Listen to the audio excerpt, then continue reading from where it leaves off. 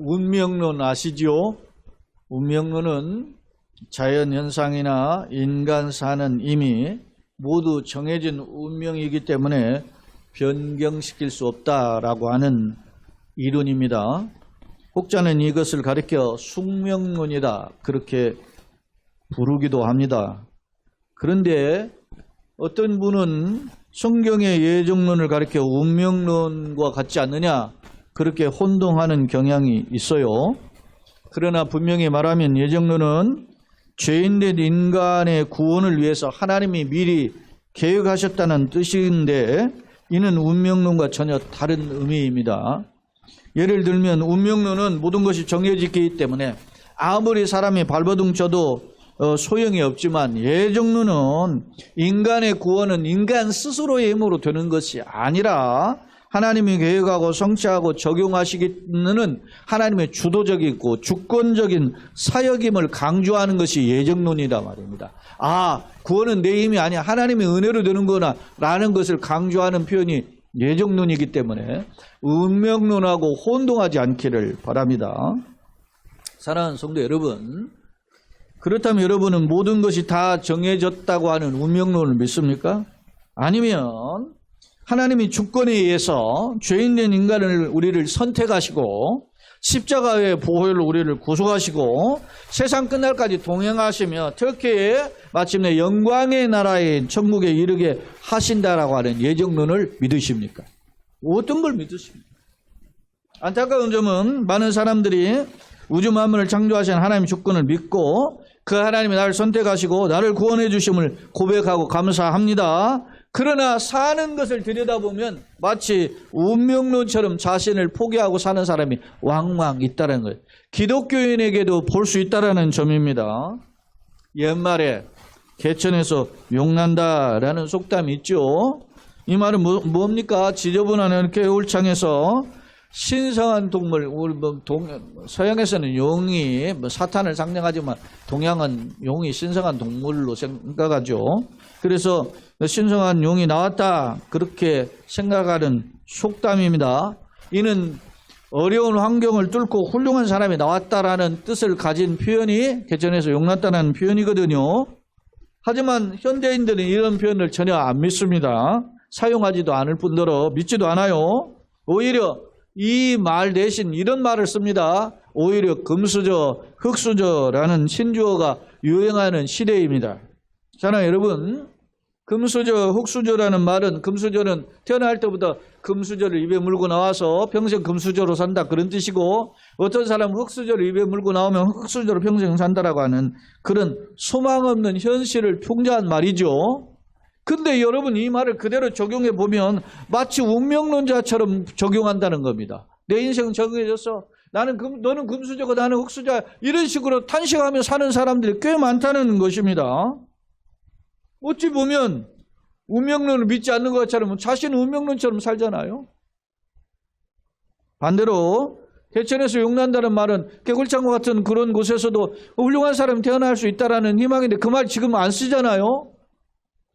이게 둘 다 어울리지 않는 표현이지만 그래도 개천에서 용난다는 표현이 오히려 상대적으로 좀 성경이 더 가까워요. 그런 현실입니다. 왜냐하면 예수 믿는 성도는 환경 탓하며 절망하고 낙심하는 것이 아니라 오히려 환경의 연약함에도 불구하고 미래의 하나님에 대한 소망을 품고 달려나가는 것이 성도의 자세이기 때문입니다.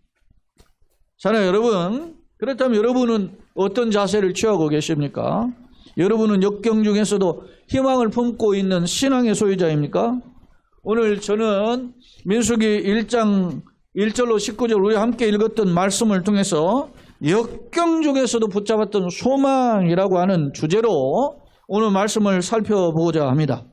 그렇다면 무엇이 역경 중에서도 하나님을 붙잡았던 소망일까?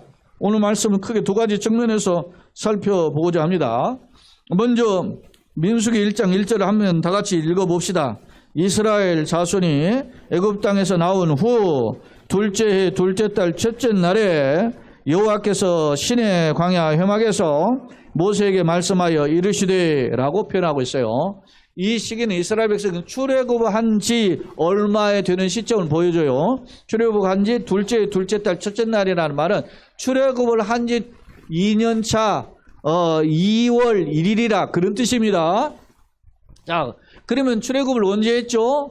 출애굽을 한 해를 첫째 해로 본다면 첫째 1월 15일 날 출발했어요. 1월 14일 날이 6월절입니다. 6월절에서 애굽의 장자를 다 치죠. 그리고 난 뒤에 그 다음 날 이제 떠납니다. 바로가 야 떠나라 이제 그러니까 떠납니다. 그게 1월 15일 날 떠난 거예요. 떠나서 이제 숫굿을 거쳐서 이렇게 이스라엘 백성이 시내산까지 오는데 약 3개월에 걸렸음을 알 수 있어요. 근거로 출애굽기 19장의 근거에 보면 이스라엘이 첫째 3월달에 출애굽에 그 시내산에 도착했다라고 하는 겁니다. 지금 현재 이스라엘이 오늘 민수기 성경을 받는 장소가 어디냐면 시내산 앞이에요.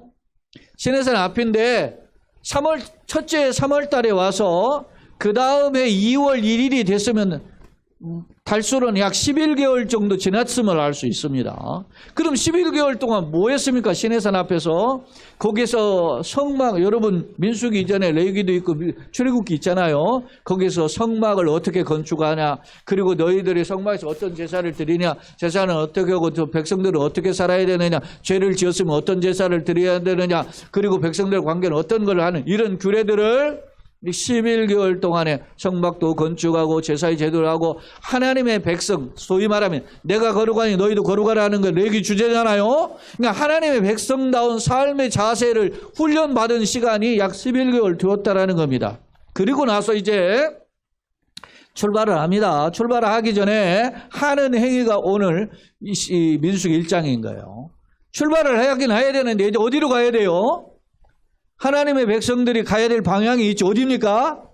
약속의 땅 가나안 땅이죠. 가나안 땅 가려면 이제 어떻게 해야 됩니까? 하나님이 가나안 땅에 가기 전에 이제 출발하기 직전에 모세를 명해서 백성들의 수를 세게 하는 것입니다. 지금 그 의미가 뭐냐 하는 거예요. 자, 둘째 달 첫째 날에 광야 회막에서 모세에게 말씀하시는데 뭐라고 하시는지 2절 3절을 계속 읽어봅시다. 시작.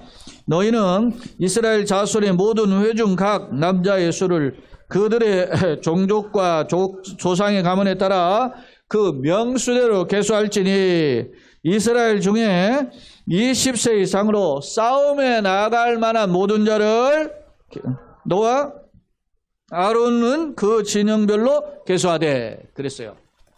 야, 모세와 아론에게 이스라엘 백성들의 12지파가 있잖아요. 그 12지파의 대표들을, 족장들 대표 우두머리입니다. 우두머리라고 성경에 나왔죠.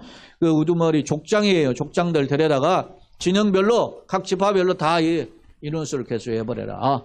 그렇게 말씀하셨다는 겁니다. 도대체 하나님은 왜 인원을 조사하려고? 오늘 말씀 두 가지로 보는 거죠. 하나는 인구를 조사하게 하는 거죠. 이스라엘 남자의 수를 셌은 거예요. 남자 20세 이상의 수를 셌어요.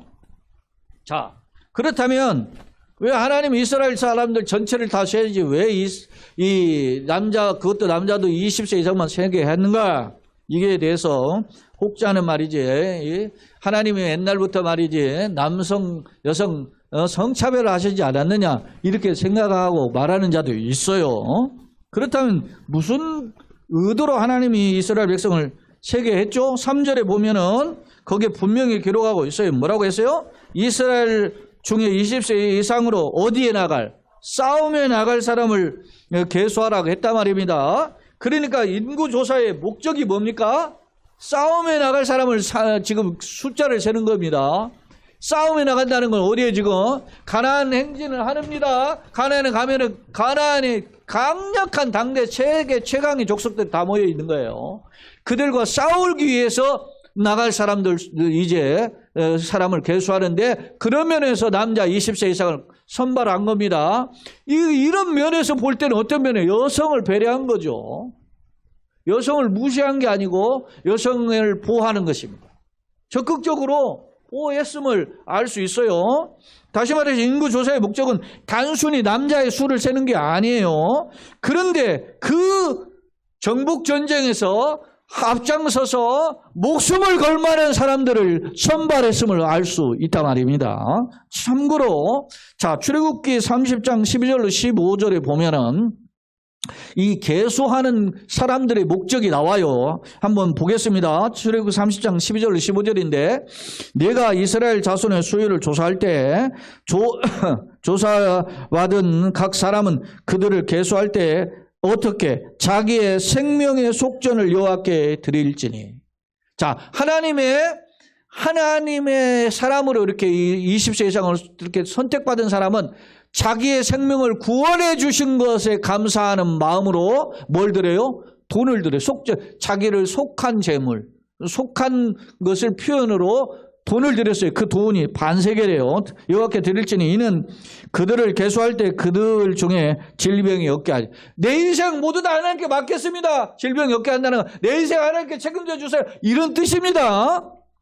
함이라 무릇 계수 중에 드는 자마다 성수의 세겔로 반세겔을 낼지니. 이게 이제 이스라엘 전통적으로 반세겔을 내게 하는 세금을 내는 거죠. 예수님께서도 왜 세금 안 내냐 그러니까 베드로에게 가서 거기에서 물고기 입을 열면은 한 세겔 나오면 너와 나를 위해서 세겔을 내라고 말씀하시죠. 바로 이런 것이 전통적으로 있었으면 알 수 있어요.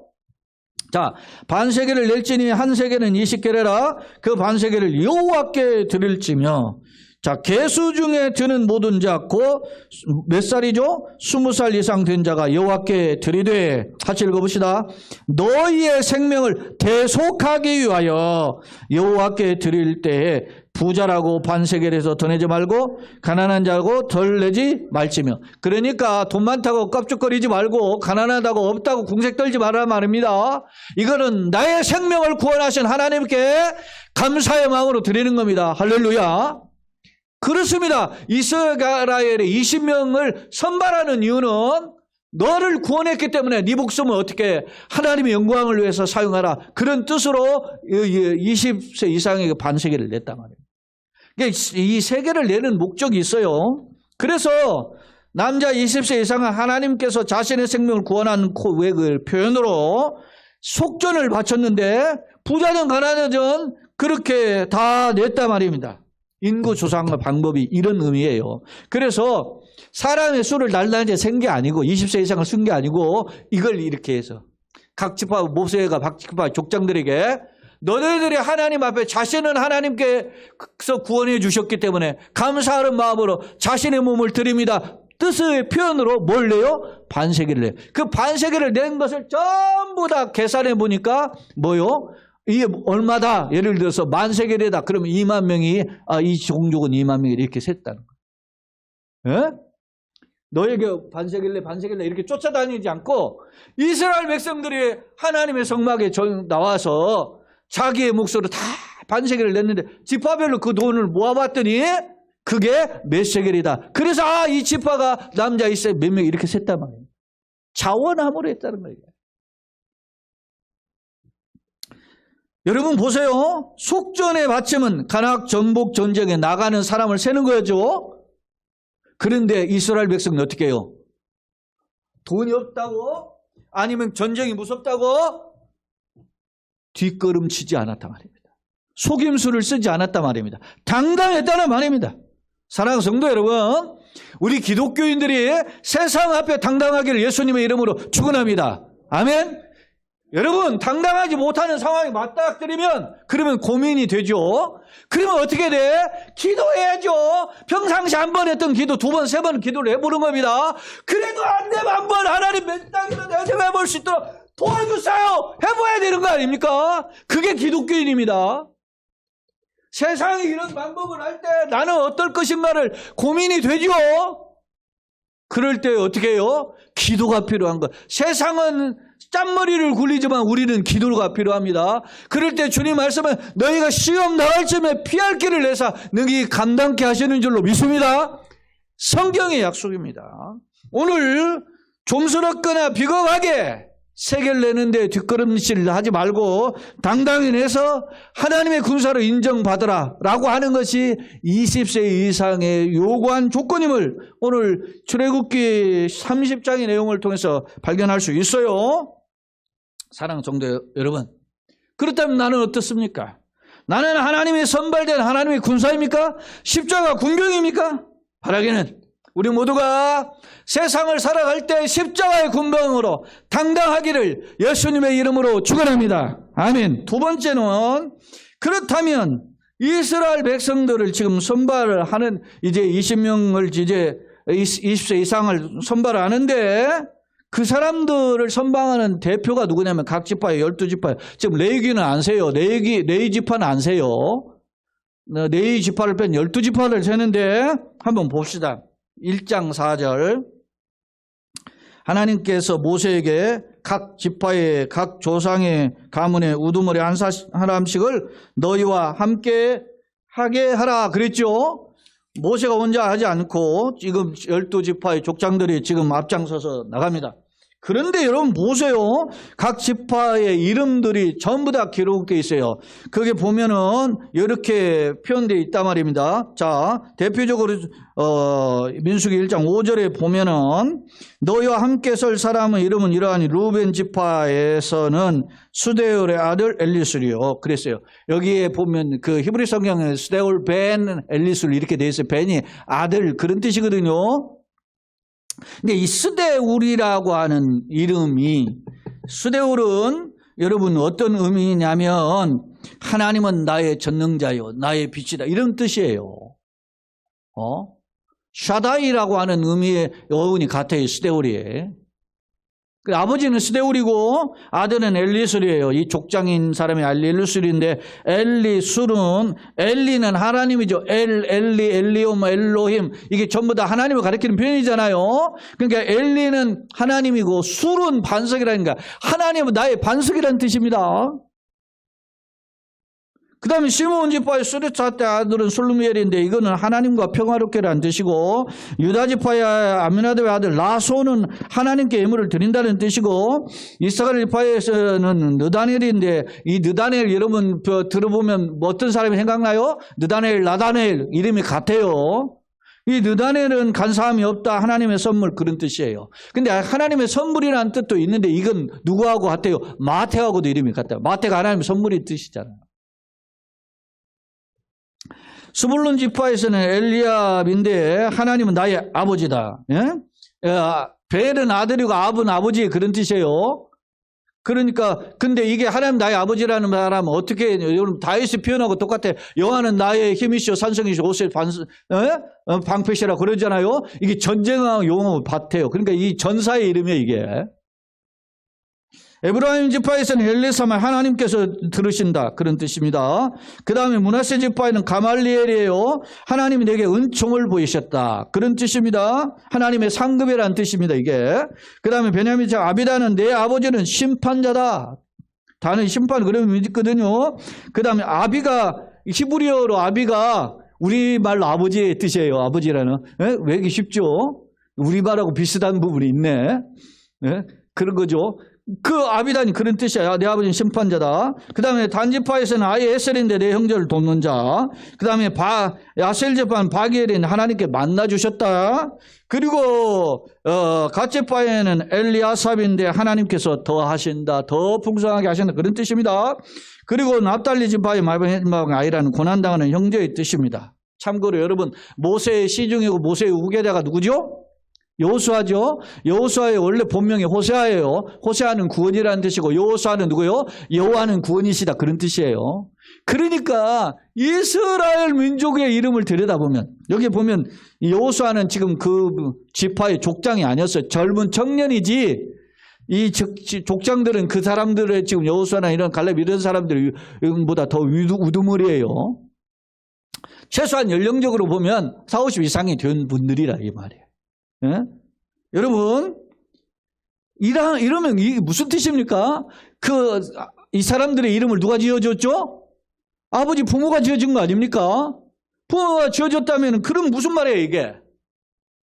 수십 년 지금 이 사람들의 이름을 가지고 있는 이름을 수십 년 전에 누가요? 그 부모들이 지어줬단 말이에요. 근데 그 부모의 이름도 보면 하나님과 관련된 이름이에요. 그러면 여러분 생각해 보세요. 이스라엘이 애굽에서 몇 년 만에 나왔죠? 430년 만에 나왔어요. 430년 동안에 나왔는데 430년 동안에 모두 다 종살이 한 건 아닌데 그 출애굽하기 직전에는 상당 기간 종살이 했었죠. 그래서 종살이가 왜 했느냐? 근거를 살펴볼 필요가 있어요. 출애굽기 1장 8절 한번 보세요. 출애굽기 1장 8절에 보면 요셉을 알지 못하는 새 왕이 일어나 애굽을 다스렸다 그랬죠. 출애굽기 1장에 나오는 말씀이에요. 요셉을 알지 못하는 새 왕이 누구냐? 여러분요. 애굽은 이집트는 요셉 때문에 망할 나라가 살아난 나라예요. 그렇기 때문에 전통적으로 요셉이라는 사람을 떠받드는 것이야. 왕이 그렇게 떠받들었는데 그러면 그 후손들이 요셉을 알 거 아닙니까? 근데 요셉을 알지 못하는 새로운 왕이 일어났다는 말이 무슨 말인가? 이에 대한 해석이 크게 두 가지인데 저는 그 중에 하나 해석을 지금 택해서 이야기합니다. 자, 여러분 요셉을 알지 못한 새 왕은 이스라엘의 역사를 보면은 기원전 720년에서 1550년 중간에 한 150년 동안 그 애굽의 역사 중에 이방 민족에게 짓밟힘을 당한 때가 있어요. 그 이방 민족의 짓밟힘을 당한 그 민족이 누구냐면 힉소스 왕조라고 하는 왕조인데 이 150년간 이 애굽을 몰아내고 쫙 남쪽으로 몰아내고 그 차지한 왕조예요. 그때 왕조를 보통 한 10왕조에서 17왕조까지 부르는데 그때 이 왕이 1500 1720년에서 1550년이면 150년 정도 되잖아요. 그때 왕이었을 것으로 추정을 해요. 또 다른 학설은 아니다.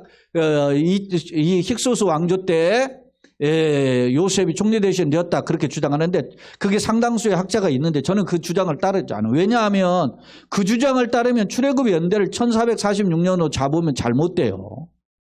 그래서 그게 맞지 않았기 때문에 그래요. 그래서 보세요. 우리가 1446년에 이스라엘이 출애굽을 하잖아요. 그 기간 전에 약 430년을 이스라엘 애굽에서 살았단 말입니다. 누구로부터? 야곱은 요셉 아버지죠. 그래서 이스라엘이 430년 동안에 그동안 기하급수에 번성해서 76명에 200만 명이 되는 사람으로 된 거예요. 물론 200만 중에는 잡단허란 잡족들도 있었어요. 그런데 나올 때 보면 이스라엘이 새로 요셉을 알지 못하는 왕이 그러니까 그 힉소스 왕이 애굽의 전통 왕들을 몰아내고 했으니까 모르죠. 그러니까 아마 핍박하지 않았을까 그렇게 봅니다. 그리고 이어서 힉소스 왕조를 몰아내는 왕조가 누구냐면 18왕조인데 애굽의 18왕조인데 이게 아모스 1세인데 이 아모스 1세도 여전히 이스라엘 어차피 종살이한 놈들 잡아가지고 핍박을 했으리라 봐요. 그리고 나서 계속 핍박하고 있는 상황에서 아마 이 투트모스 3세 시절에 투트모스 1세 시절에 아마 이 모세가 입양된 것으로 보이거든요. 그래서 그 이름을 따서 모세 할 때 이름도 모세가 된 거예요. 그런데 그리고 나서 모세가 80세 이제 출애굽을 하게 되는 거죠. 근데 여러분 보세요. 이 말은 무슨 말입니까 지금? 이런 연대 계산을 해보면 이스라엘이 최소한 200에서 250년 그 이상 애굽에서 종살이를 했으면 알 수 있어요. 430년 사는 동안. 상당수 어떤 학자는 300년도 봐요. 오랜 기간에 종살이를 했단 말입니다. 그런데 여러분 종살이를 하는 기간에 뭐 했습니까? 애굽의 성을 짓고 애굽의 왕국을 짓고 애굽의 신전을 짓고 하는 일을 희망이 없는 삶을 살았던 사람이 누구예요? 이스라엘 백성들이란 말입니다. 그런데 자식의 이름을 질 때는 이렇게 엘리술 여호와는 나의 반석이다. 하나님은 나의 반석. 이런 이름을 졌다는 거예요. 내가 비록 힘들고 어려운 노예 소망이 없어요. 마치 운명론자처럼 사는 그런 삶에서도 자식의 이름만큼은 하나님의 이름을 졌단 말입니다. 놀라운 거 아닙니까? 제가 여러분 딱딱한 이름 이 민수기 1장의 5절로 15절에 나오는 그 12지파의 이름을 왜 계속 다 읽었을까요? 그들의 이름이 전부 다 하나님과 관련되어 있단 말이에요. 노예 생활을 하는 중에도 포기하지 않았단 말입니다. 그들에게 무슨 성경이 있습니까? 뭐가 있습니까? 구전으로 들려오는 하나님의 이름만 있을 뿐입니다. 조상대대로 노예 생활하면서 우리는 그래도 우리 민족은 저 조상대 우리 아브라함부터 있었던 그 약속의 땅이 있다. 우리는 그걸로 돌아가야 된다. 잊지 말아라. 그런 약속을 자식들에게 물려줬다고 합니다. 그 자식들의 이름이 이제 출애굽을 할 때 그 각각의 지파의 족장들의 이름 속에 나타나 있음을 오늘 성경 속에서 살펴볼 수 있다라는 점. 사랑하는 성도 여러분, 여러분은 어떤 소망, 어떤 정체성을 가지고 있습니까?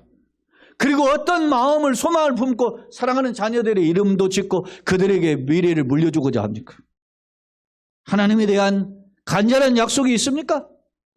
하나님의 약속을 품고 그 아들의 이름, 딸의 이름을 짓습니까? 지금 우리가 살고 있는 시대는 마치 앞서 거론한 것처럼 운명론처럼 절망의 늪에서 허덕이고 있는 상황입니다. 특히 젊은이들은 앞서 신조어가 우리가 만든 거 아니잖아요. 젊은이들이 다 만들어낸 신조어예요. 금수육수죠. 2030 소위 MZ세대라고 하는 신세대들이 만들어낸 거예요. 절망적으로 세상을 바라본단 말입니다. 하지만 우리 기독교인들은 이런 절망적인 현실이 있는 것이 분명해요. 그게 뭐 잘못된 말들이 아니잖아요. 현실이 그만큼 어렵다는 말이지 않습니까? 그럼 우리가 어떻게 해야 되는가? 포기해야 되는가? 아니면 세상을 짝하면서 권무술술 쫓아가야 되는가? 오늘 우리는 살아계신 하나님 믿습니다. 우리의 생사허복을 주장하시고 앞서와 동행하시며 우리를 이끌으신 전능하신 하나님을 믿는 사람들이란 말입니다. 그 하나님을 바라보면서 우리가 어떤 소망을 품어야 되는지를 보여줘요. 메시아닉 주라고 하는 유대인들 중에서 예수를 믿는 기독교인들이 약 한 5만 명 있는데 그들을 가리켜서 메시아닉 주라고 그래요. 이 유대인들 출신의 그 학자가 있는데 요셉 슐람이라고 하는 사람이 이런 말을 했어요. 이스라엘은 비록 노예로 살고 있었지만은 출애굽 이전부터 이미 하나님과의 관계된 정체성을 가지고 있었다. 그런 말을 하면서 그들이 가나안 땅에 정착하면서 목장을 짓고 풍요를 누리게 될 때 이름이 바뀐다 그래요. 그러면서 옛날에 조상들이 사용했던 이름들을 함께 샀다는 거예요. 그 이름이 뭐요? 리브가, 여러분 알죠? 이삭의 부인이 리브가죠? 아름다운 붓으로 맨다. 레아는 야곱의 첫 번째 부인이잖아요. 목초지. 라헬은 암양, 그런 뜻이다. 그런 이름들이 이스라엘의 역사를 보면 나온다는 거예요.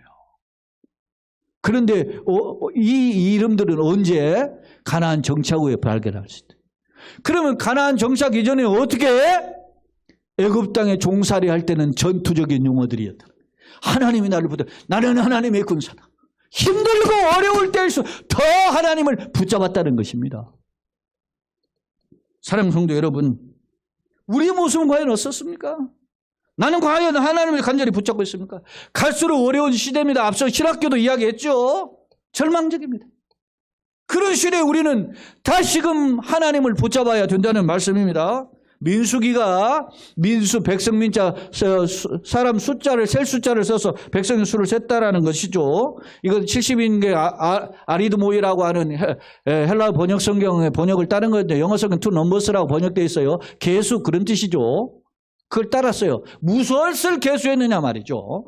하나님의 십자가의 군병으로 저 가나안 정복 전쟁에 나아갈 사람을 개수하는 것이죠.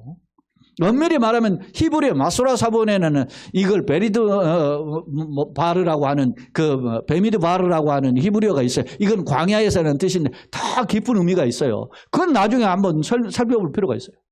사랑하는 여러분, 2번에 걸친 인구 조사를 했다고 해서 민수기인데 이 첫 번째 인구 조사의 지금 내용입니다. 2번째 인구 조사 때는 이 사람들이 사라지죠.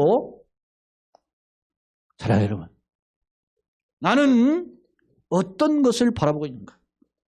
오늘 우리가 이 땅을 살면서 나는 어떤 소망을 품고 살고 있는가?